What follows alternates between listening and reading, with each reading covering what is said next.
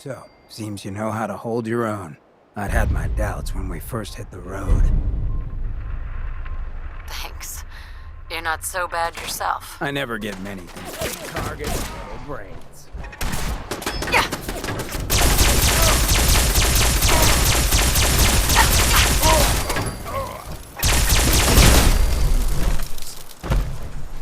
Time to collect.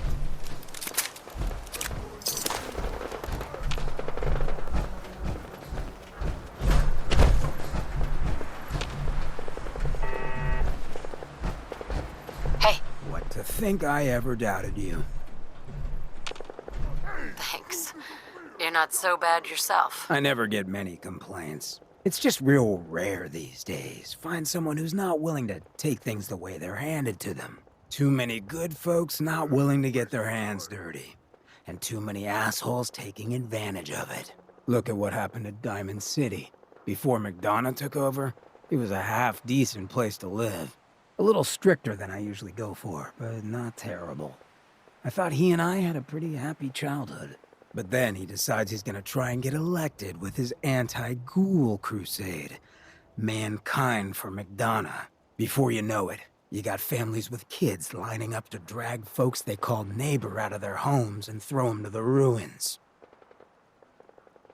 How could they do something like that? There'd always been a pretty big gulf between the folks living in the stands and folks down on the field. McDonough ran on it because he thought enough of those upper stands assholes would vote for him.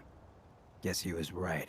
I remember storming into his office above the stands after the inauguration speech. He was just standing there, staring out the window, watching as the city turned on the ghouls.